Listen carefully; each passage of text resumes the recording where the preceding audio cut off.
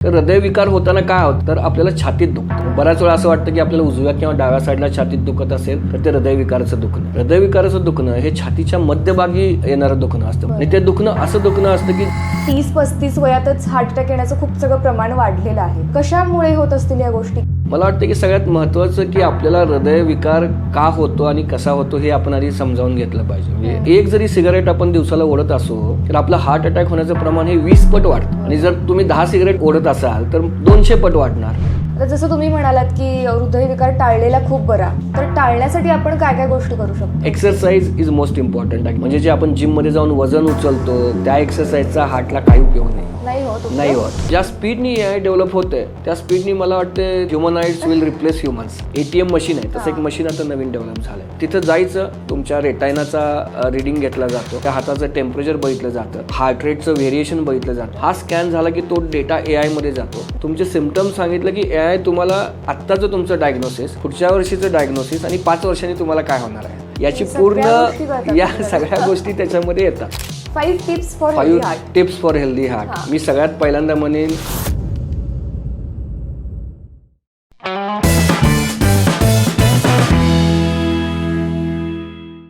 Hello, मी हर्षदा आणि आज आपल्याबरोबर आहेत इंडियातील टॉप 10 कार्डिओलॉजिस्टपैकी एक आणि तसेच रोबोटिक अँजिओप्लास्टी करणाऱ्या टॉप 5 कार्डिओलॉजिस्टपैकी एक असे डॉक्टर जे की इंटरनॅशनली नोन आहेत.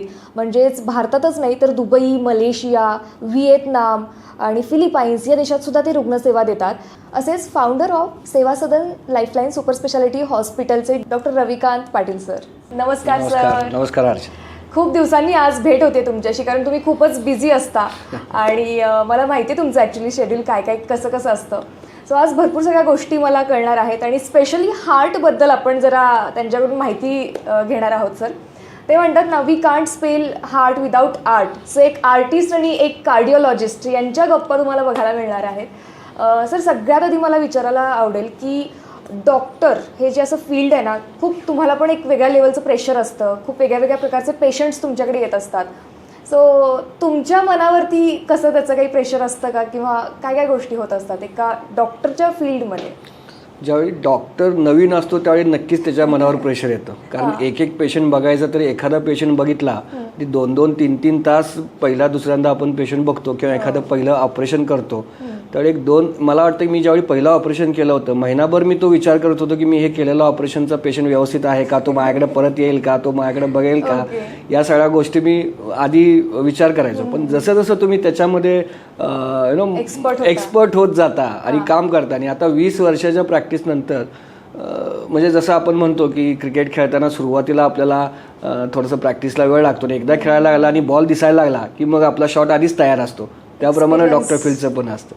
कसं ना सर, माझे खूप सगळे फ्रेंड्स आहेत आणि आमचं जे एक एज ग्रुप आहे, जेनझी पीपल आपण म्हणतो, आणि सध्या असं झालं की कुणीतरी पाहिजे यार लाईफमध्ये. एकटं वाटते खूपच, किंवा एखादी आपल्याला आवडती व्यक्ती मिळाली नाही, किंवा आवडत्या गोष्टीत आपल्याला काही सक्सेस मिळालं नाही. खूप छोट्या गोष्टी असतात पण आमच्या मनाला खूप लागतं आणि असं खूप वाईट वाटतं, मग खूप टेन्शन येतं. सो कसं आहे, आता रिसेंटली मी बघितलं की 30-35 वयातच हार्ट अटॅक येण्याचं खूप सगळं प्रमाण वाढलेलं आहे. तर कशामुळे होत असतील या गोष्टी की एवढ्या अर्ली एजमध्ये हार्ट अटॅक वगैरे येण्याचं प्रमाण वाढले? स्ट्रेस हा सगळ्यात मोठा फॅक्टर आहे. आता सध्या हृदयरोग होण्याचा सगळ्यात मोठा फॅक्टर जो आहे तो स्ट्रेस आहे. जर आपण आपल्या पूर्वीच्या पिढ्या बघितल्या किंवा आपल्या याच्या आधीचं जर पद्धत बघितली, सगळ्यात आजी आजोबा त्यांचं सगळ्यात महत्त्वाचं काय होतं की आहार हा अतिशय व्यवस्थित होता. ते सकाळी उठलं की न्याहारी करायचे, दुपारी एक ब्रेकफास्ट व्हायचा, मग दुपारी एक साधं जेवण असायचं आणि रात्री झोपताना 6-7 वाजता जेवण व्हायचं आणि 9-9:30 10ला सगळे झोपून जायचे आणि संतुलित आहार होता. आज जेनझीचा सगळ्यात महत्त्वाचा प्रॉब्लेम काय आहे, ते डाएटमध्ये तुम्ही जंक फूड्सला सगळ्यात जास्त प्राधान्य दिलं जातं. उठतो आपण किती वाजता? आज मी माझ्या मुलीला सुद्धा लवकर 5:30ला उठ बाई म्हणून सांगितलं तर ती 12 वाजता उठते. कुणी आज मागं लागून मी कंटाळो तिला, पण ती उठू शकत नाही. ती 11:30 10:30लाच उठायची. तर अशा प्रकारे एक तर तुमच्या पूर्णपणे हॅबिट्स, म्हणजे तो जो सर्कॅडियन रिदम असतो की आपण सूर्य उगवल्यावर उठावं आणि सूर्य मावळताना किंवा त्याच्यानंतर झोपावं, हा निसर्गाचा सर्कॅडियन रिदम कित्येक वर्ष मेंटेन झालेला आहे. तो रिदम आज आपण चुकवलेला आहे. तो रिदम पूर्ण आयुष्यामधला रिदम जो आहे तो झोपण्या उठण्यामध्ये आहे, खाण्यामध्ये आहे, सवयीमध्ये आहे, या सगळ्यामध्ये तो गेलेला आहे. आणि आमची खूपच लाईफस्टाईल सगळी चेंज झालेली आहे, त्यामुळे कदाचित ह्या सगळ्या गोष्टी होत असतील. तर स्ट्रेस तुम्ही म्हटल्याप्रमाणे एक कारण आहे, लाईफस्टाईल चेंज झाली आहे, जसं सगळ्यात आपण महत्त्वाचं आहे. नेचरचं रिदम सगळं चेंज केलेलं आहे. अजून काय काय गोष्टी वाटतात तुम्हाला? Third is habits. म्हणजे तुम्ही जर आज बघितलं की स्मोकिंग किंवा टोबॅको याच्या वापराचं प्रमाण, आणि काही मेट्रो सिटीजमध्ये मी बघतो ड्रग्स यांच्या वापराचं प्रमाण जे 3% होतं गेल्या काही 10 वर्षापूर्वी, आज जवळजवळ 30% आहे. म्हणजे फ्रॉम 3% to 30%. आणि सगळ्यात जास्त 45 वर्षाच्या खालच्या वयोगटामध्ये याचं प्रमाण आहे. आणि त्याच्यामुळं एक जरी सिगारेट आपण दिवसाला ओढत असो तर आपलं हार्ट अटॅक होण्याचं प्रमाण हे 20 पट वाढतं. आणि जर तुम्ही 10 सिगारेट ओढत असाल तर 200 पट वाढणार. त्यामुळं habits are becoming very harmful for a whole society. 3 इडियट्समध्ये नाही का रॅन्जोने सांगितलेलं आहे की ये अपना जो दिल है ना उसको थोड़ा सा येडा बना के रखो वगैरे. सो आपण काय काय गोष्टी करू शकतो हार्ट अटॅकपासून वाचण्यासाठी, किंवा त्याचे सिम्पटम्स कसे ओळखायचे वगैरे, त्याबद्दल जरा सांगा ना. मला वाटतं की सगळ्यात महत्त्वाचं की आपल्याला हृदयविकार का होतो आणि कसा होतो हे आपण आधी समजावून घेतलं पाहिजे. म्हणजे आपल्या हृदयामध्ये 3 रक्तवाहिन्या असतात आणि त्या 3 रक्तवाहिन्यांमध्ये ब्लॉकेजेस झालं की आपल्याला हार्ट अटॅक होतो. हे एक सिम्पल प्रिन्सिपल आहे. तर हृदयविकार होताना काय होतं की कशा प्रकारचं आपल्याला सिम्पटम्स येतात, तर आपल्याला छातीत दुखतं. मग बऱ्याच वेळा असं वाटतं की आपल्याला उजव्या किंवा डाव्या साईडला छातीत दुखत असेल तर ते हृदयविकाराचं दुखणं आहे. हृदयविकाराचं दुखणं हे छातीच्या मध्यभागी येणारं दुखणं असतं. म्हणजे बरोबर आपला जो छातीचा मधला भाग असतो दोन्ही चेस्टच्या मध्ये, तिथं दुखायला लागतं. आणि ते दुखणं असं दुखणं असतं की जगातलं कधीही आपल्याला एक्सपिरियन्स न झालेलं असं ते दुखणं असतं. कोणीतरी आपल्या छातीवर बसलंय, कोणीतरी आपला गळा दाबतंय, जोर जोरात बुक्क्या मारते छातीवर, असं आतून कन्स्ट्रिक्टिंग टाईप ऑफ पेन होतं. That pain is called as a cardiac pain. हे पेन ज्यावेळी आपण काम करतो, चालतो किंवा काहीतरी एक्सरसाइज करतो, वाढतं ते पेन. आणि आपण थांबलो, रेस्ट घेतलं की ते पेन कमी होतं. हे 3 जर सिम्पटम्स असतील तर हे कार्डियक पेन आहे हे ओळखावं. बऱ्याच वेळा आपण एका अंगावर झोपलो किंवा आपण काहीतरी काम केलं किंवा आपल्याला ॲसिडिटी होत असेल तरी सुद्धा आपल्याला छातीमध्ये दुखतं.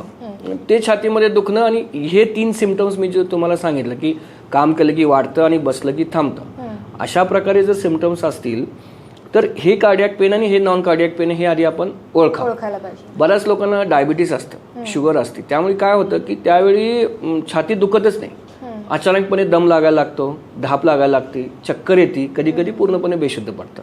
त्याला आपण सायलेंट मायोकार्डियल इन्फार्क्शन्स असं म्हणतो. सो ही सिम्पटम्स ओळखायची आणि त्याच्यानंतर आपण फर्स्ट एड काय करू शकतो लगेच? सिम्पटम्स ओळखले पहिल्यांदा की फर्स्ट आपण ECG काढला पाहिजे जवळपास डॉक्टरांकडे जाऊन. 50% केसमध्ये ECG नॉर्मल असतो, 50% केसमध्ये ECG सिम्पटम्स म्हणजे हार्ट अटॅक झाला हे दाखवतो. ज्याच्यामध्ये हार्ट अटॅक झाला हे दाखवतोय त्यावेळी लगेच आपण डॉक्टरांना कार्डिओलॉजिस्टला जाऊन भेटलं पाहिजे. आणि ज्या ECG नॉर्मल असेल तर आपण 1 तास थांबून परत ECG काढला पाहिजे. कारण जनरली पहिल्या 2 तासामध्ये हृदयविकाराचे चेंजेस येतात. मग सिरियल ECG मध्ये जर चेंजेस नसतील तर नक्कीच तुम्हाला हार्ट अटॅक नाही आहे. सिरियल ECG मध्ये चेंजेस असतील तर त्यावेळेचा हार्ट अटॅक. आणि हार्टचं दुखणं असेल तर मग तुम्ही ECG नंतर इको, ट्रेडमिल टेस्ट, अँजिओग्राफी अशा वेगवेगळ्या टेस्ट असतात, डॉक्टर सजेस्ट करतील. भीती वाटते सर की खूप महागड्या काय काय ट्रीटमेंट्स असतात आणि बरेच जण टाळतात की ठीक आहे आता बरं होऊन जाईल वगैरे, म्हणजे अंगावरती दुखणं काढणं जे आपण म्हणतो ना आपल्या भाषेत, त्याबद्दल काय सांगाल? हृदयरोग जो आहे तो अंगावर दुखणं काढण्यासारखा नाहीच आहे. कारण तुम्हाला ताप, थंडी, खोकला आला तर तुम्ही एक 8 दिवसाची ट्रीटमेंट 15 दिवस होईल आणि मग तुम्ही व्यवस्थित व्हाल. पण याच्यामध्ये 50% केसेसमध्ये मृत्यू होतो. हार्ट अटॅक किंवा हृदयविकार टाळावा जास्त उपचार करण्यापेक्षा, प्रतिबंध हा उपचारापेक्षा जास्त महत्त्वाचा आहे असं आपण म्हणतो. का म्हणतो? कारण ज्यावेळी हृदयविकार होतो त्यावेळी त्यातले 50% लोकच हॉस्पिटलला पोचतात. त्या हॉस्पिटलला पोचलेल्या 50 मधले 50% लोकांनाच ट्रीटमेंट मिळते. ज्यांना ट्रीटमेंट मिळाली त्यातले परत 50% वाचतात. आणि जे वाचलेत त्यांच्यामध्ये फक्त 50% लोकांमध्ये हृदयविकार म्हणजे हृदयाची साईज आणि हृदयाचं पंपिंग नॉर्मल असतं. म्हणजे हा एवढा ड्रेडेड डिसीज आहे की या डिसीजेससाठी अर्ली डायग्नोसिस आणि अर्ली ट्रीटमेंट ही गरजेची आहे. आता जसं तुम्ही म्हणालात की हृदयविकार टाळलेला खूप बरा, तर टाळण्यासाठी आपण काय काय गोष्टी करू शकतो? आता हृदयविकार टाळण्यासाठी त्याला 2 इम्पॉर्टंट गोष्टी आपण लक्षात ठेवल्या पाहिजे की काही मॉडिफायबल फॅक्टर्स आहेत, काही नॉन मॉडिफायबल फॅक्टर्स आहेत. तर नॉन मॉडिफायबल फॅक्टर्स म्हणजे काय की तुमच्या घरामध्ये जेनेटिक फॅमिली हिस्ट्री असेल तर तुम्हाला हृदयविकार होण्याचे प्रमाण हे जास्त आहे. जर तुम्ही मेन्स्ट्रुएटिंग एजमधला फिमेल आहात म्हणजे 45-50च्या आतल्या स्त्रीला हृदयविकार होण्याचं प्रमाण कमी असतं, कारण इस्ट्रोजन ते प्रोटेक्ट करतं. आणि 45-50 नंतरच्या स्त्रियांना ज्यावेळी मिनोपॉज होतो त्यावेळी हृदयविकाराचं प्रमाण परत वाढतं. पुरुषांचं हृदयविकाराचं प्रमाण हे स्त्रीपेक्षा जास्त असतं. आता तुम्ही पुरुष आहात का स्त्री आहात आणि तुम्हाला जेनेटिक फॅक्टर आहे का ह्या गोष्टी तुम्ही मॉडिफाय करू शकत नाहीत. याचा अर्थ तुमच्या लाईफमध्ये त्या होणारच आहे. मॉडिफायबल फॅक्टर्स आहेत. म्हणजे काय होतं की तुम्ही शुगरची ट्रीटमेंट व्यवस्थित घेतली पाहिजे, हायपरटेन्शनची ट्रीटमेंट व्यवस्थित घेतली पाहिजे. तुम्ही ओबेज असाल, जाड असाल तर तुम्हाला हृदयविकार जास्त होतो. तर ती ओबेसिटी कमी करण्यासाठी तुम्ही जे काही प्रयत्न करावे लागतील ते प्रयत्न करावे लागतील. तुम्हाला जर डाएटमध्ये मॉडिफिकेशन करावं लागेल, म्हणजे तुमचं डाएट जर जंक फूड असेल, तुम्ही सकाळी ब्रेकफास्ट करतच नाही, दुपारी काहीतरी थोडं खाताय आणि रात्री भरपूर खाताय, असं जर उलटं तुमचा खाण्याचा प्रकार असेल तर तो बदलावा लागेल. Exercise is most important again to prevent. 30 minutes of isotonic exercise is important. त्याच्यामध्ये 2 प्रकारचे एक्सरसाइज असतात, आयसोटोनिक आणि आयसोमेट्रिक एक्सरसाइज.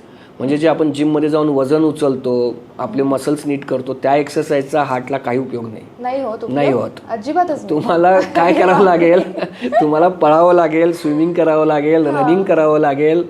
या सगळ्या गोष्टी केल्या तरच त्याचा हृदयविकाराला उपयोग आहे. ही गोष्ट माहिती नव्हती. एक्सरसाइज म्हटली की चला जिम मध्ये जायचं आहे, आम्हाला छान असे फोटो वगैरे काढायचे की आम्ही वर्कआउट करतोय आणि आम्हाला त्याचा उपयोग होत नाही.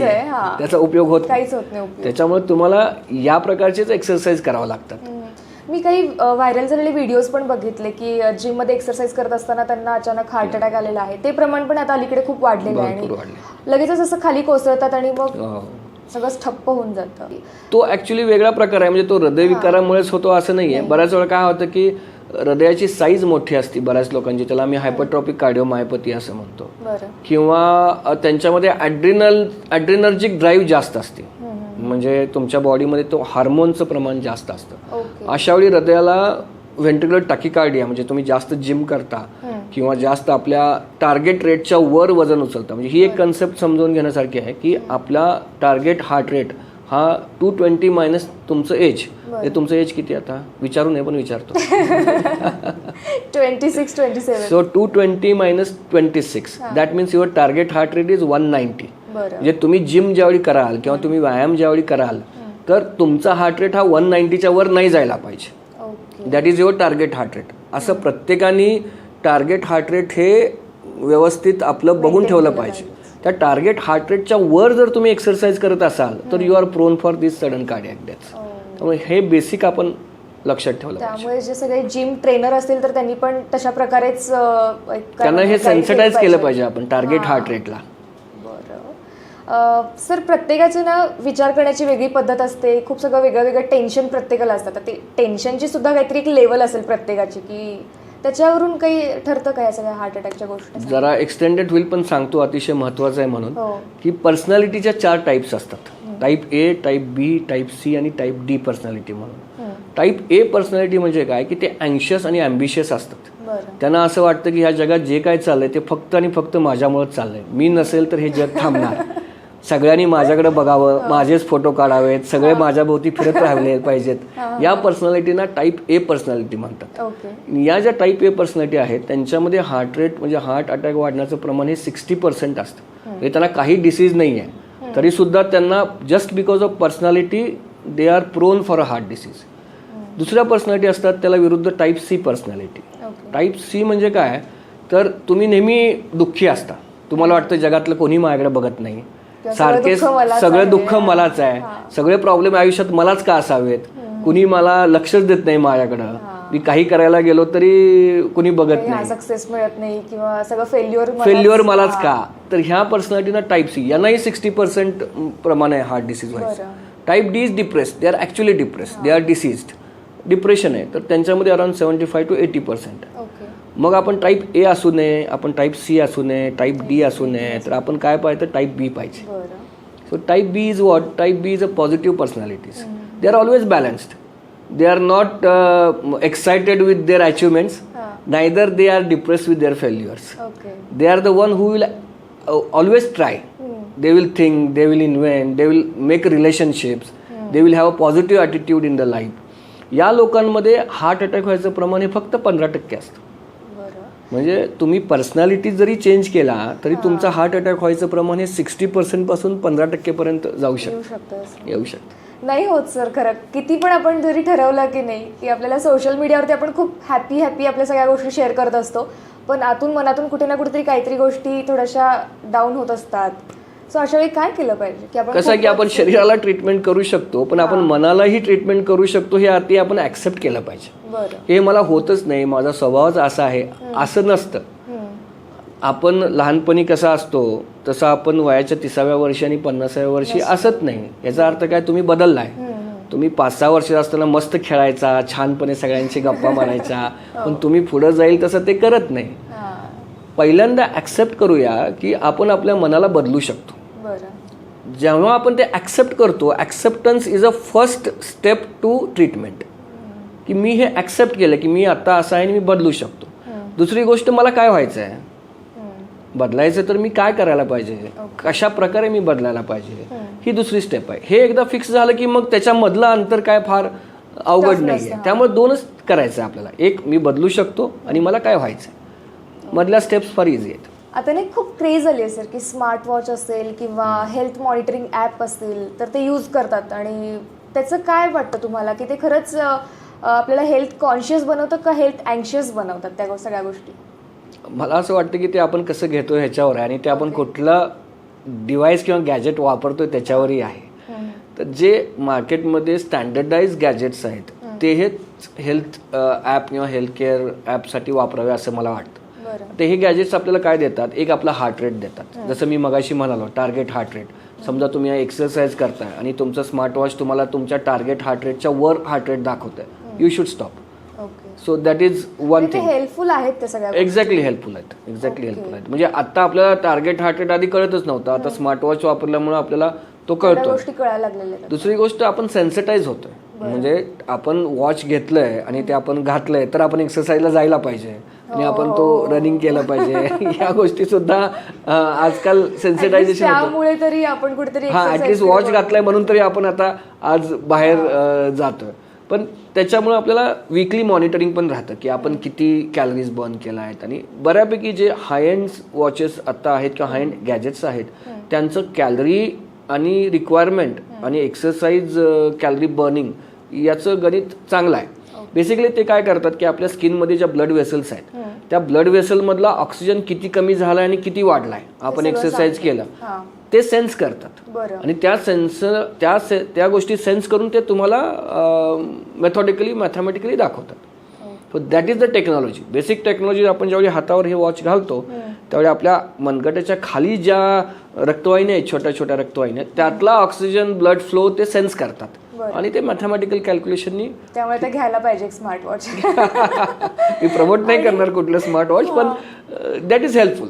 I personally use it. उपयोग होत असेल तर घ्यायला उपयोग होतो, त्याचा नक्कीच उपयोग होतो. सर एक काय होतं ना की खूप एक तर ॲडव्हान्स टेक्नॉलॉजी येत गेलेली आहे. सो AI त्यापैकी एक आहे. त्याचा कार्डिओलॉजिस्टमध्ये काय रोल आहे, त्याच्याबद्दल काय सांगा?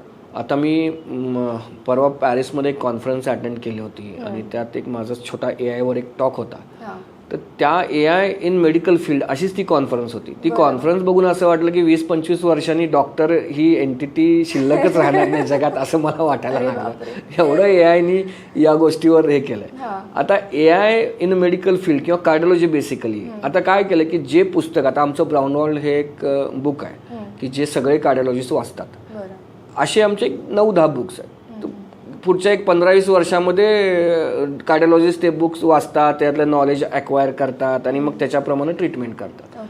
AI मध्ये ह्या सगळ्या बुक्सचं अल्गोरिदम ऑलरेडी फीड आहे, त्यांना वाचायची गरजच नाही. ते AI मध्ये ऑलरेडी फीड आहे. आणि त्याच्यानंतर आमच्यासारख्या जगभरातल्या 1000-2000 डॉक्टर्स जे आहेत ज्यांनी 15-20 वर्षापेक्षा जास्त कार्डिओलॉजी फील्डमध्ये काम केलंय, तर आमचा सगळा एक्सपिरियन्सचा डेटा त्यांनी त्याच्यामध्ये फीड केलेला आहे. म्हणजे एखाद्याचा हार्ट अटॅक कसा ओळखायचा, एखाद्याला चेस्ट पेन झालं तर ते कसं ओळखायचं. सो आता तुम्ही जर AI कडे गेला, म्हणजे doctor as a AI, there is a machine called, आपण जसं ATM मशीन आहे तसं एक मशीन आता नवीन डेव्हलप झालंय.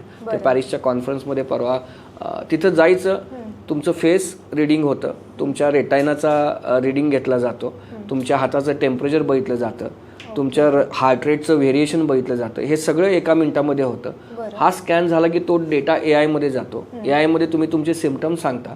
तुमचे सिम्पटम्स सांगितलं की AI तुम्हाला आत्ताचं तुमचं डायग्नोसिस, पुढच्या वर्षीचं डायग्नोसिस आणि 5 वर्षांनी तुम्हाला काय होणार आहे याची पूर्ण या सगळ्या गोष्टी त्याच्यामध्ये येतात.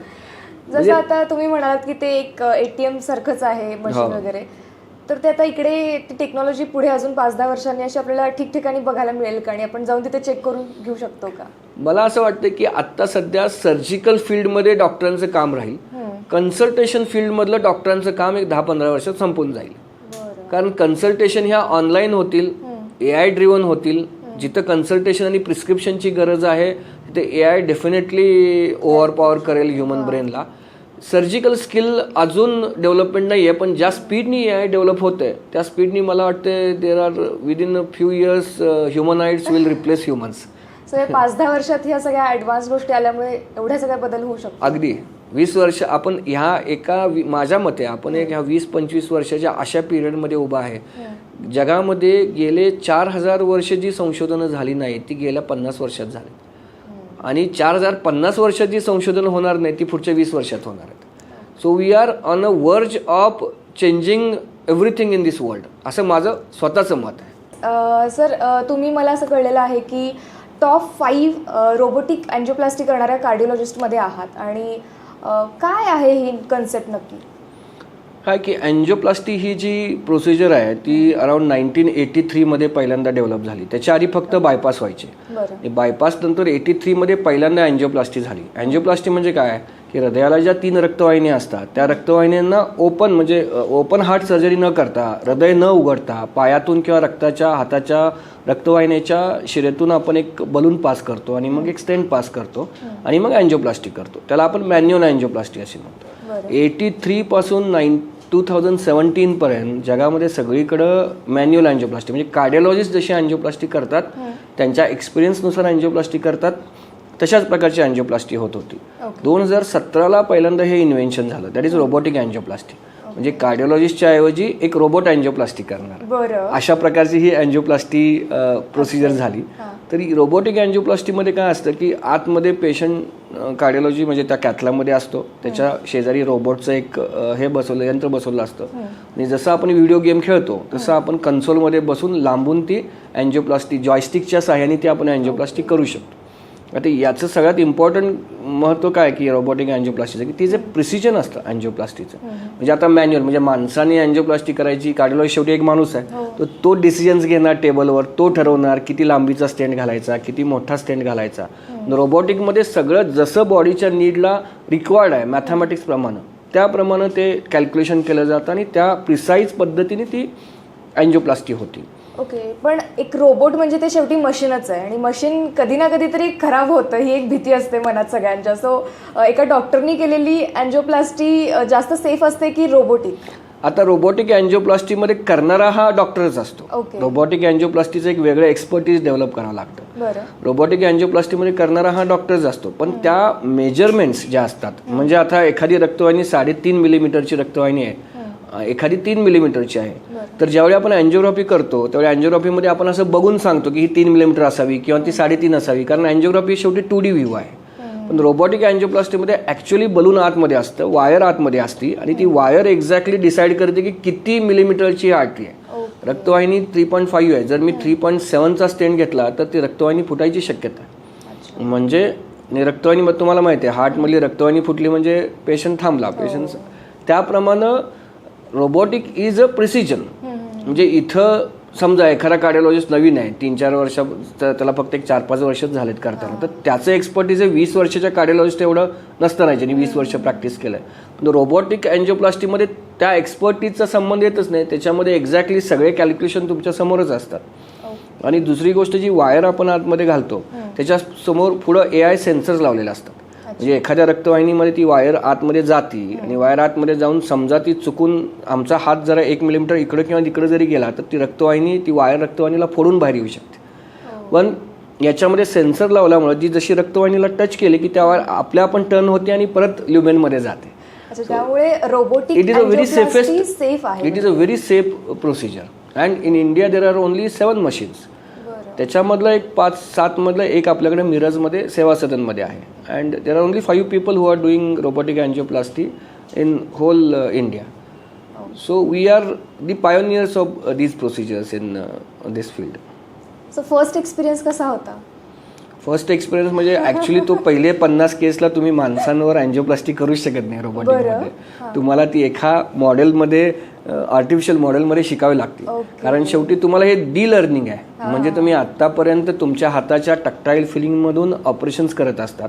तुम्हाला ते सगळं डी लर्निंग करायचं आहे. तुम्हाला आता जसं आपण व्हिडिओ गेम खेळतो तर त्या व्हिडिओ गेम खेळताना जशी अँजिओप्लास्टी म्हणजे एखादा पॉईंट आला की तिथं बरोबर ते बटन दाबावं लागतं, त्याप्रमाणे व्हिज्युअल सेन्सेशन डेव्हलप करावं लागतं. म्हणजे तुमच्या सबकॉन्शियस ब्रेनमधले टक्टाईल सेन्सेशन काढून टाकून तुम्हाला व्हिज्युअल सेन्सेशन डेव्हलप करावं लागतात आणि मग ती अँजिओप्लास्टी परफेक्ट होऊ शकते. त्यामुळं ह्या गोष्टी जरा अवघड असतात. पण then it is all about expertise. You do more patience you can practice makes man perfect. Exactly, practice makes man perfect. क्या बात आहे. लहान मुलांमध्ये पण हार्ट अटॅकचं प्रमाण वाढतंय का सर? लहान मुलांमध्ये हार्ट अटॅक असा होत नाही, पण लहान मुलांना जन्मताच हृदयाचे काही विकार असतात. म्हणजे काय होतं की जन्मताच हृदयाला होल असणे, त्याच्यानंतर रक्तवाहिन्या एकमेकाला चिकटलेला असणे, अशा प्रकारचे हृदयाचे वेगवेगळे आजार असतात.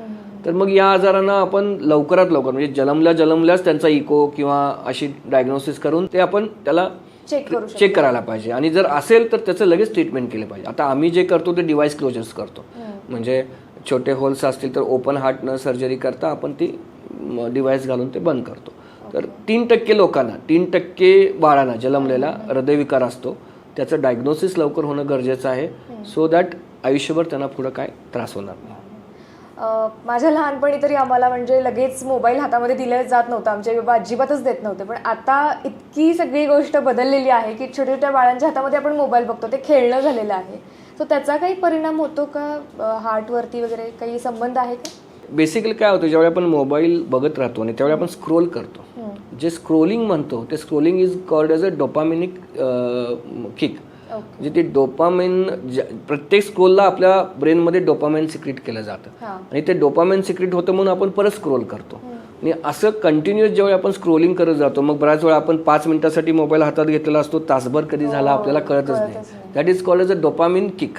आणि त्याच्यामुळे ही डोपामिन, सिरोटोनिन हे हार्मोन्स लहान मुलांमध्ये लवकर सिक्रेट झाल्यामुळं त्यांना तो जो प्लेजर आणि हॅपीनेस हा जो इंडेक्स आहे तो त्यांचा एवढा वाढतो की त्यांना प्रत्येक नवीन गोष्टीमध्ये they want to have a pleasure and happiness. आणि ज्यावेळी ते मिळत नाही, हॅबिट होतं. आणि ज्यावेळी ते मिळत नाही, सडन डिप्रेशन येतं, रडायला लागतात किंवा खूपच ॲग्रेसिव्ह होतात. त्यामुळे डिप्रेशन आणि अँझायटी याचा मधला जो डिफरन्स आहे तो या मोबाईलमुळे लहान मुलांमध्ये एवढा वाढायला लागलेला आहे. This is where the stress is increasing. They are not able to take failures in the life आणि that stress is causing a heart disease. त्यामुळे कुठे ना कुठेतरी त्या गोष्टी एकमेकांशी संबंधित आहेत. थोडा कमीच वापरला पाहिजे मुलांना तर द्यायलाच नाही पाहिजे. Okay, thank you so much sir. तुम्ही आज आम्हाला इतकी सगळी माहिती सांगितली. पण सगळ्या व्ह्युअर्ससाठी तुम्ही आता काय सांगाल? एक 5 tips for healthy heart. 5 tips for healthy heart. मी सगळ्यात पहिल्यांदा म्हणेन की stop worrying, reduce your stress. That is first step I will say. Second, change your lifestyle. Try to become a positive personality. Be positive in your life. म्हणजे ते 3 idiots मधला जो scene आहे ना तो रँचसारख्या गोष्टी करा. Third, regularize your diet. जो काही तुमचं डाएट आहे तो व्यवस्थित रेग्युलराइज करा. Fourth is exercise. Exercise and exercise. That is healthy exercise whatever see. And fifth is have a good sleep. एवढ्या 5 गोष्टी जरी आपण केल्या तरी मला वाटतं आपल्या आयुष्यातला हार्ट डिसीज हा नक्कीच. सर थोडंसं तुम्हाला इंटरप्ट करेन मी की किती तासाची झोप घेणं गरजेचं आहे? 7 तास. 7 तास आणि सूर्योदय आणि सूर्यास्ताला अनुसरून 7 तास. Thank you so much sir. तुम्ही आज इकडे आलेले आहात आणि बऱ्याच सगळ्या गोष्टी आम्हाला कळाल्या. सो अजूनही खूप सगळे टेक्नॉलॉजीमध्ये जरी बदल झाले तरी डॉक्टरांचं महत्त्व हे कायमच असणार आहे आणि तुम्ही इकडे येऊन वेळ दिलात त्याबद्दल थँक्यू.